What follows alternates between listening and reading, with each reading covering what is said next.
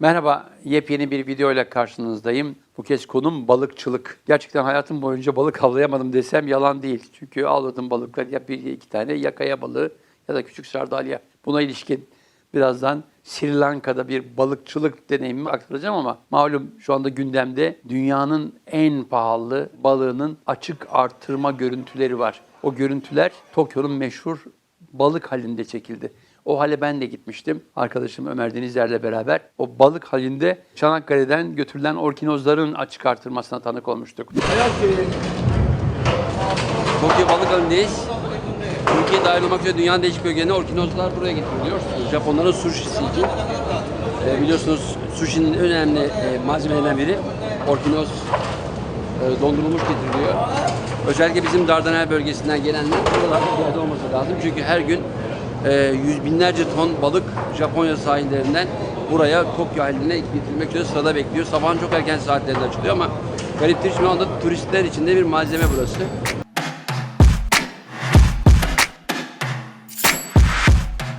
Orkinoslardan sonra en değerli balıklar da köpek balıkları. Dünyanın yine değişik denizlerinden getiriliyor.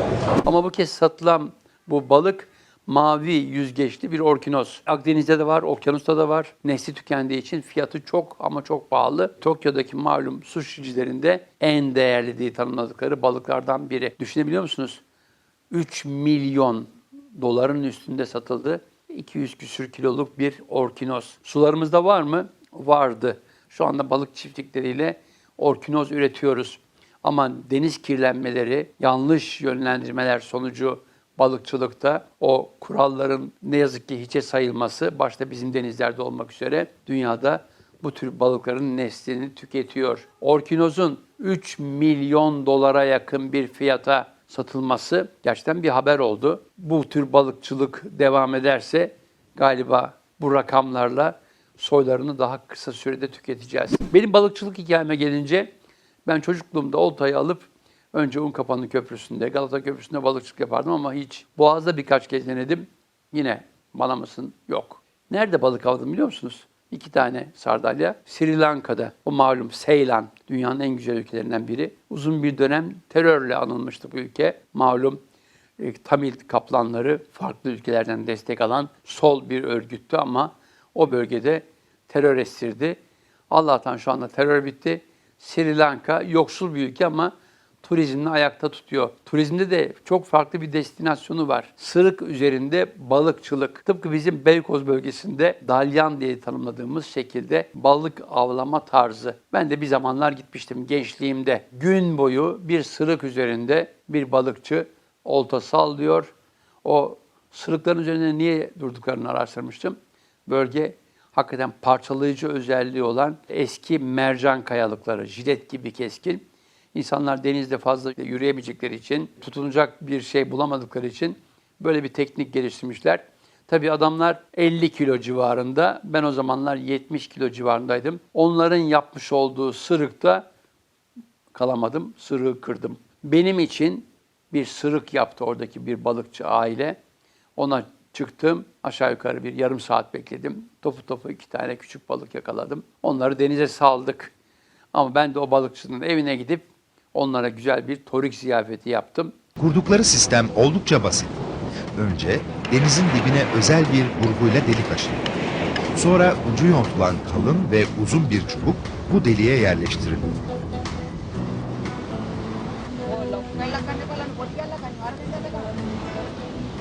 İki yanından yine tahta kazıklarla sıkıştırılıp gelgit olaylarından ve dalgalardan etkilenmemesi için iplerle sıkıca sarılıp sağlamlaştırılıyor. Son olarak da yukarıya daha ince sopalardan üçgen şeklinde oturacak bir yer yapılıp bağlanıyor. Sonuç başarılı. Ama bu kısa süren avın kârı sadece 2 küçük balık. Bu verimsiz avın sonunda balıkçılardan birinin evine davet ediliyoruz. Eli boş gitmek olmaz. Başarısız avcıların klasik yöntemine başvuruyor ve köyden iri bir balık satın alıyoruz. Kalabalık bir Sri Lanka ailesinin konuğuyuz. Evin duvarı özenle çerçevelenip asılmış resimlerle süslü. Bir yanda Leonardo da Vinci'nin Mona Lisa'sı, Bir yanda minibüslerin arka camında görmeye alıştığımız ağlayan çocuk portresi ve ortada tüm görkemiyle Tanrı Şiva asılı. Bunlar adadaki kültür karmaşasının bir özeti gibi. Bahçede hemen pratik bir ızgara kuruluveriyor. 2-3 tuğla ve üzerine bir tel. Ateş yakmak için kullandıkları malzeme ise hayli ilginç.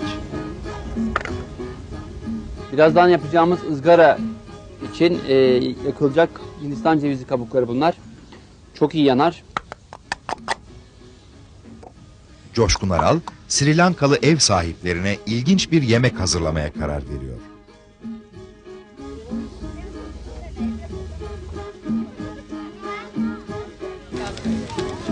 වරිමල්ලේ බලන්න ඔය එහාට පොල්පත් මේ ඉහිරෙන් ගොනක් හරි Az önce içine değişik soslar koyduğumuz körik balığını sardığımız muz yaprakları tamamen yandı. Hem içindeki sosun hem de muz yaprağının kokusu balığa sindi. Birazdan da afiyetle yiyeceğiz. Konuk olduğumuz evin ailesiyle beraber. Coşkun Aral yemek konusundaki ustalığını bir kez daha kanıtladı. Sonuç mükemmel.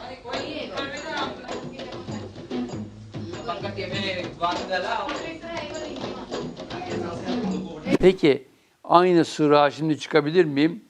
Valla kilo vermeme rağmen şu anda 85'lerdeyim. İmkan yok çünkü çok gelişigüzel yapılan bir sırık. Yapılması saatler alıyor ama balıkçıların bir balık avlama tarzı. Zaten Sri Lanka'ya gitmeye karar verenlerin en çok görecekleri fotoğraf sırık üzerinde özgün böyle sarıklarıyla bekleyen balıkçılar. Allah onlara rastgele deyip bol balık versin diyorum. Çünkü onlar balıkçılığı doğanın kendi kurallarına özgün biçimde yapıyorlar. Bizde olduğu gibi denizin dibini tamamen tarayarak, balık neslini tüketerek değil. Zaten bu işi doğru yapılırsa denizlerimiz bizim balık avlar. Tabii deniz kirlenmesi gündemde malum. Şimdi bir de kanal projesi var. Umarım olmaz diyorum. Çünkü denizi bitirdik, tamamen bitirip bir ölü deniz haline dönüştürmemiz söz konusu. Marmara'yı rastgele diyorum balıkçılarımıza. Bir başka bölümde buluşmak üzere. Sağlıcakla kalınız.